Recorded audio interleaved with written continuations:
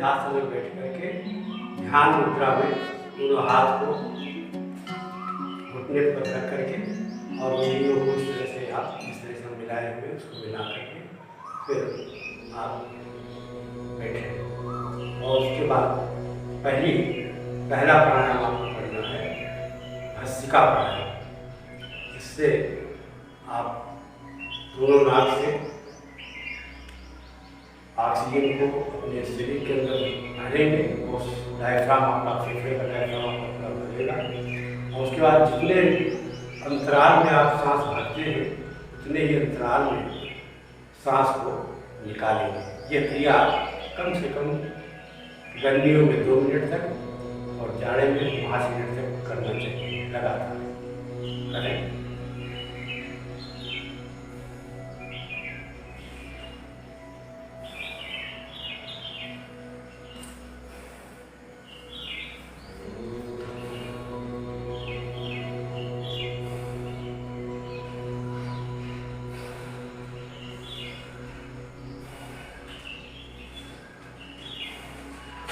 जिनको blood pressure इत्यादि की शिकायत न हो उसको तेज भी कर सकते हैं।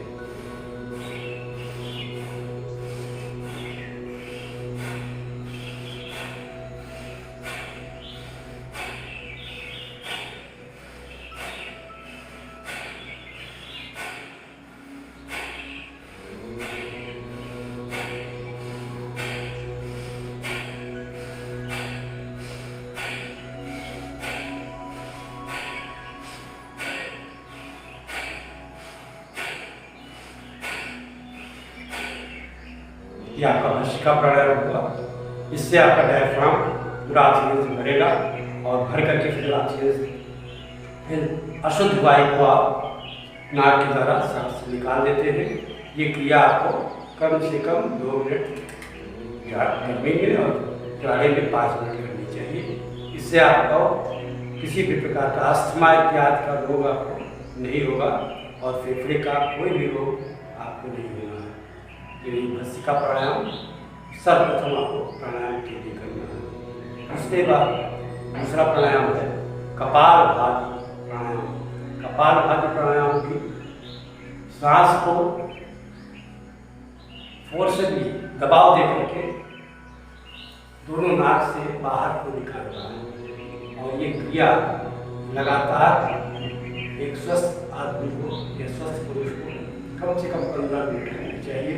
इससे आपके जितने भी भीतरी आर्गन से जो आपके शरीर के अंदर है उन सब की एक्सरसाइज हो जाती है और यहाँ तक कि अगर इसको 1-1 घंटा सुबह और शाम किया जाए तो कैंसर ऐसी बीमारी भी इस प्राणायाम से दूर हो जाता है।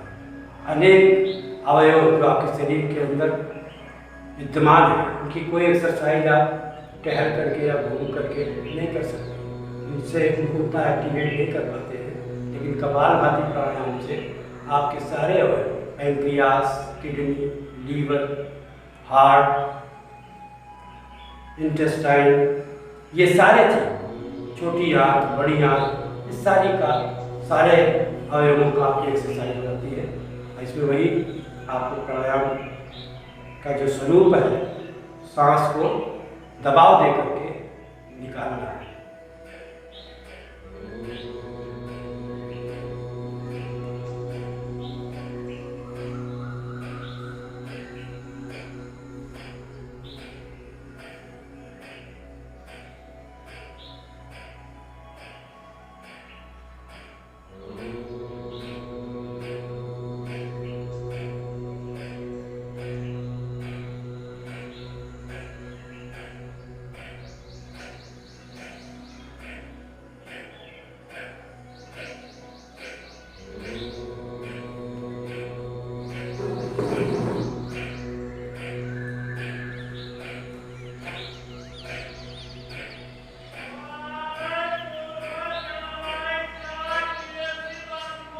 इसमें लगातार आपको कम से कम 5 मिनट करें।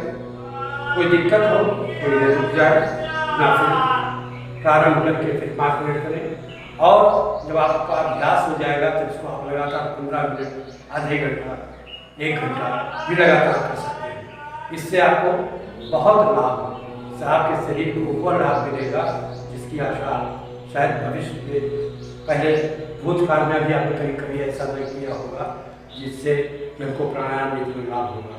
सारे अवयवों की एक्सरसाइज हो जाती है और सारा अंग जो आपके शरीर के अंदर है सब स्वस्थ हो जाते हैं, किसी प्रकार का रोग आपको नहीं होना है। इसके बाद तीसरा प्राणायाम है वायु प्राणायाम। सांस को पूर्णतया भरते हैं दोनों नाक से और फिर दोनों नाक से सांस को निकाल करके, सांस को निकालने के बाद 3 बंद मारते हैं। पहला मूल बंद, दूसरा उद्यान बंद और तीसरा जालन बंद। मूल बंद जो मलद्वार है उसके गुदा को ऊपर खींचते हैं, ये मूल बंद है। दूसरा उद्यान बंद, पेट को पीठ से लगाने की प्रक्रिया, ये उद्यान बंद है। और तीसरा जालंधर बंद, अपने ये ठुड्डी को आगे सीने से लगा लेते हैं, ये जालंधर बंद है। तो पहले आप सांस को भरें, सांस को निकालें, ये तीनों बंद बांध करके सांस को फिर आपको रोकना है। जितनी देर तक आप सहज भाव में रोक सकते हो उतनी देर रोकें। जब आपको दिक्कत हो, असहजता महसूस हो, तो दाहिनी ओर हाथ नाक में लगा करके बाईं ओर सांस निकाल लीजिए।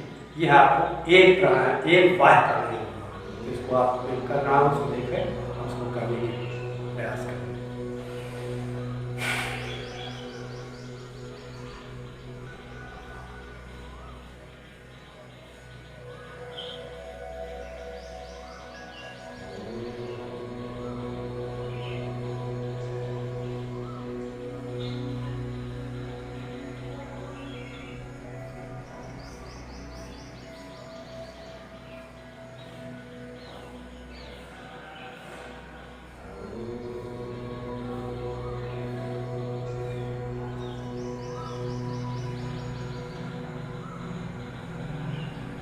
तीनों बंद छोड़ करके ऐसे ही इसको 3 बार, कम से कम 3 बार, 5 बार, 7 बार, 21 बार तक। जब आप ये स्वभाव बना लेंगे, अपना प्रैक्टिस आपका अभ्यास हो जाएगा, तो इसको आप अधिक से अधिक 21 बार तक कर सकते हैं। इससे आपको वो शांति मिलेगी और प्राणायाम का वो लाभ मिलेगा जिसकी आप आशा नहीं करते रहे, और वह लाभ आपको मिलेगा। तो वायु प्राणायाम कम से कम 3 बार या 5 बार या 7 बार जरूर कीजिए। ये वायु, पुनः वायु प्राणायाम के बाद अग्निसार। अग्निसार सांस को रोक करके पेट के गुदा को, पेट है आपका आमाशय, इस पेट के गुदा को आगे पीछे करते हुए, दिखाई नहीं पड़ रहा है, इसको आप ऐसे ही और इसको करने के खड़े होकर के अगर किया जाए तो बहुत आसानी से हो जाता है। ये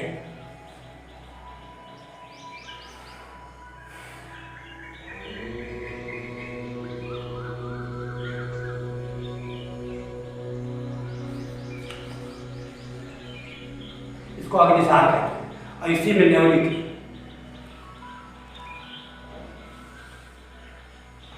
ये न्योली उसको, लेकिन आप अभी आसानी से नहीं कर पाएंगे। न्योली क्रिया बहुत, जब अग्निसार बढ़िया आपका होने लगेगा तब आपका न्योली क्रिया बहुत आसानी से बढ़िया होने लगेगा, जिससे आपके आँख की पूरी एक्सरसाइज हो जाएगी।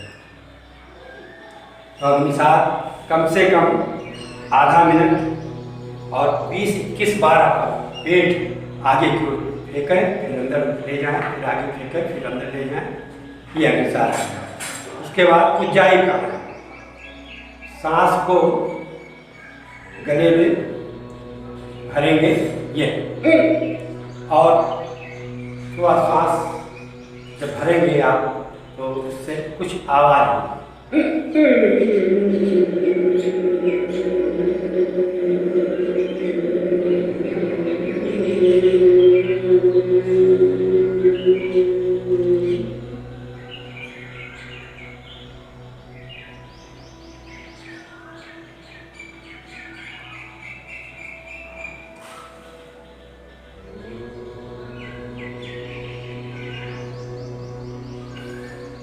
जब आप सांस छोड़ना हो तो दाहिनी ओर हाथ लगा करके सांस छोड़नी है। इस उज्जाई प्राणायाम से थायराइड को बहुत आराम मिलेगा। थायराइड अगर रोग आपको है तो खत्म हो जाएगा, अगर रोग नहीं है तो थायराइड आपको फिर इस क्रिया से करने से, आज प्राणायाम को करने से आपको थायराइड नहीं होगा। इसको कम से कम 3 बार, 5 बार, 7 बार और ऐसे ही 8 कई बार आप कर सकते हैं। अभ्यास कम से कम 3 बार शुरू करें।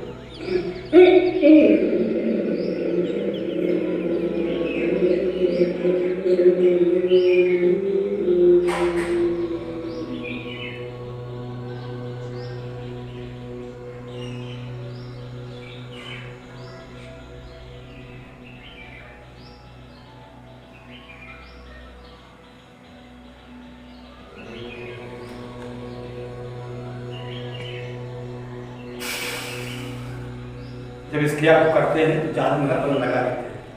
जादूगर दोनों ऐसे करेंगे, ठुड्डी को सिरे से स्पर्श करा देंगे।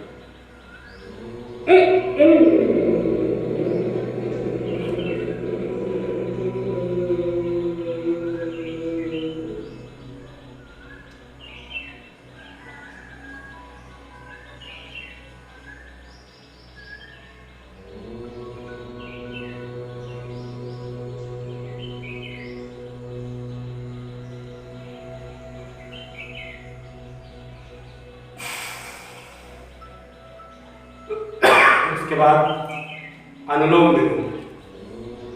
अनुलोम विलोम प्राणायाम, बाएं से सांस को भरना, फिर दाहिने से सांस को निकालना, पुनः दाहिने से सांस को भर लेना, फिर बाएं से उसको निकालना। ये प्रक्रिया अनवरत एक साइकिल बना करके करेंगे। कम से कम लगातार 5 मिनट करें और एक स्वस्थ आदमी को कम से कम 15 मिनट ये प्राणायाम करना चाहिए।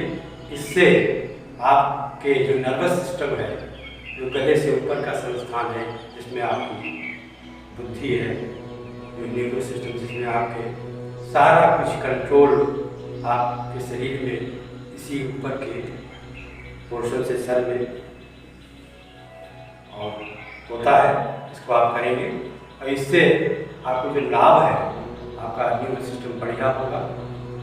किसी प्रकार का कभी लकवा इत्यादि का प्रभाव आपका नहीं होगा, नहीं होना है, ब्रेन हैमरेज नहीं होना है और क्लॉटिंग वगैरह जो हो जाती है ब्रेन हैमरेज में, वो आपके शरीर में जीवन जो आपको लोग प्राणायाम है, इसको लगातार 15 मिनट जरूर करें। और जिनको कोई बीमारी हो उनको आधे घंटे सुबह शाम मिला करके 1-1 घंटा ये प्राणायाम करना चाहिए। जैसे कपालभाति आप 1 घंटे तक कर सकते हैं सुबह शाम मिला करके, या 1 घंटे सुबह किया है, 1 घंटे शाम को किया, तो कोई भी बीमारी, जटिल से जटिल बीमारी होगी तो आपकी खत्म हो जाएगी। अनुलोम विलोम प्राणायाम कैसे करेंगे, बाएं से देना,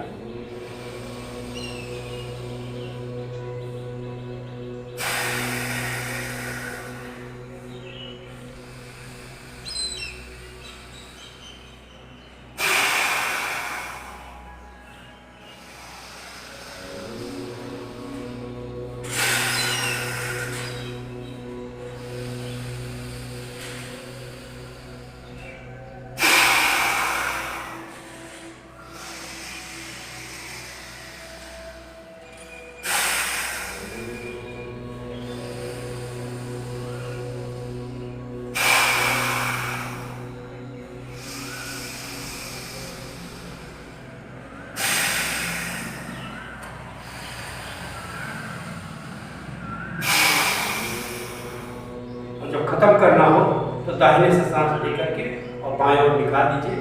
यह आपका एक साइकिल पूरा हो जाता है और इस क्रिया को थोड़ी देर रुक करके गुना करें। तो इस प्रकार से इसको आप कम से कम 15 मिनट अवश्य करें। कोई ऊब होती है तो इंटरवल थोड़ी देर रुक करके पुनः प्रारंभ करें, फिर इसको करें, फिर थोड़ी देर रुक जाए, फिर प्रारंभ करें। लेकिन इसको जब अभ्यास हो जाएगा तो आप 15-15 मिनट तक लगातार कर सकते हैं। उसके बाद प्राणायाम है भ्रामरी प्राणायाम। भ्रामरी प्राणायाम से तनाव इत्यादि आपके शरीर में किसी प्रकार का तनाव मन में रहता है, कोई भी परिस्थितियाँ आप जन्य गृहस्थ जीवन में हैं आप या स्टूडेंट लाइफ में हैं, तो आपको किसी भी प्रकार का तनाव हो सकता है। तो अगर आप भ्रामरी प्राणायाम करेंगे तो आपको तनाव मुक्त हो जाएगा और बहुत से लाभ आपकी मानसिक किसी प्रकार की प्रक्रियाएं जो आपको नहीं मन में आनी चाहिए वो सब आती रहती हैं। तो इस प्राणायाम से आपको उन सब जो ना आने वाली बातें हैं मन में ना आए, उसके लिए भ्रामरी प्राणायाम बहुत ही लाभप्रद है। इसको जरूर करना चाहिए, कम से कम 5 बार, 3 बार, 5 बार, 7 बार, 21 बार तक इसको कर सकते हैं। इसके लिए हाथ को 3 उंगलियों पर नाक के ऊपर ऐसे रख लेते हैं, चौथी उंगली को माथे पर और अंगूठे से नाक ये कान के छिद्र को बंद कर लेते हैं और सांस को पहले भरेंगे और नाक से दांत करेंगे। देखिए मैं कर रहा हूँ, उसको कर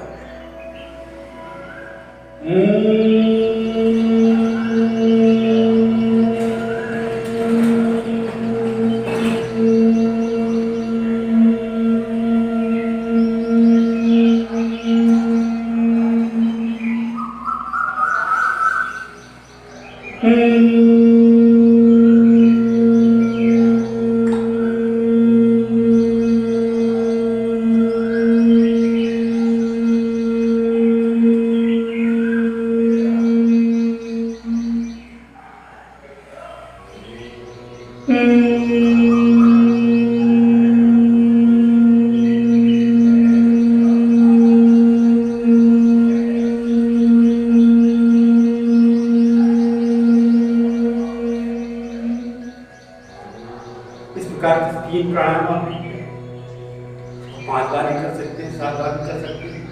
इतनी बार तो सहजता से करें और आँख हमेशा बंद रहे, आँख बंद करके ही सारे प्राणायाम करते हैं। उसके बाद उसको उद्गीत प्राणायाम, इसमें ओम का उच्चारण मुंह से करेंगे सांस भर करके और कम से कम 3 बार, अधिक से अधिक 21 बार तक कर सकते हैं। करें सांस भरने उसका ओम का उच्चारण करेंगे।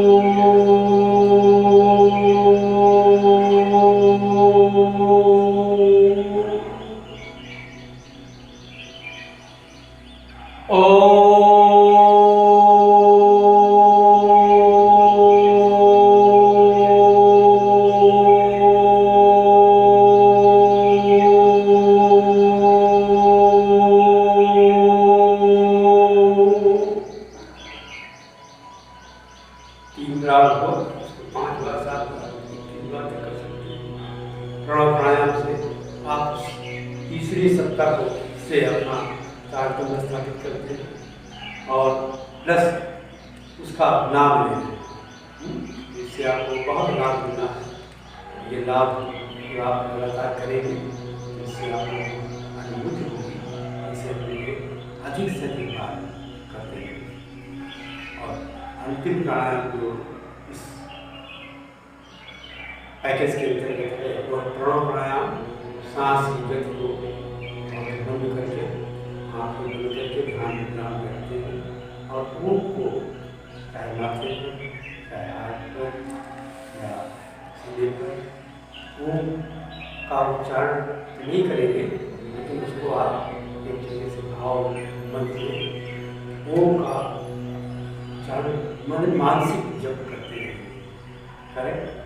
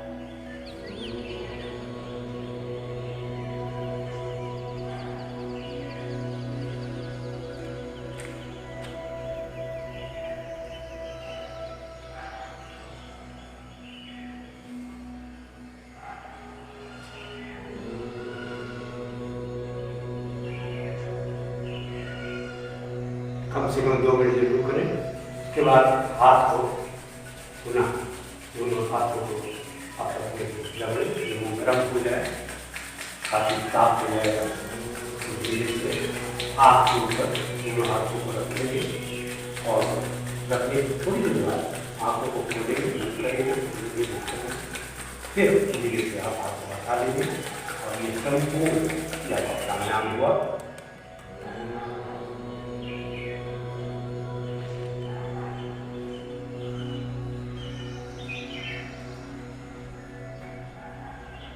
इस प्राणायाम में आप बैठेंगे सिद्धासन में या पद्मासन में और रीढ़ की हड्डियां भी हमेशा सीधी रहेगी। इस प्रक्रिया में जितनी देर तक आप आसानी से बैठ सकते हैं और ये अभ्यास जब हो जाएगा तो आप घंटों बैठ सकते हैं, आपको कोई दिक्कत नहीं होगी। और घंटों अगर आपने रीढ़ की हड्डी सीधी रख करके बैठने का अभ्यास कर लिया, आपको किसी भी प्रकार का डायजेशन पेट संबंधी कोई रोग आपको नहीं होना है। और इस मुद्रा में आपको ध्यान, परमात्मा से आपका ध्यान लग जाता है और धीरे धीरे आप इस प्रक्रिया को इंटरवल बढ़ाएंगे तो ये आपके जीवन में बहुत सुंदर व्यवस्था बनाएगा और आपका मन जो कभी आप उस सत्ता से, परमात्मा से अपना संबंध स्थापित करना चाहिए, ध्यान मुद्रा में बैठ करके आप संबंध स्थापित कर लेंगे और आपका मन परमात्मा में लीन हो जाएगा, परमात्मा से आपका संबंध जुड़ जाएगा। बहुत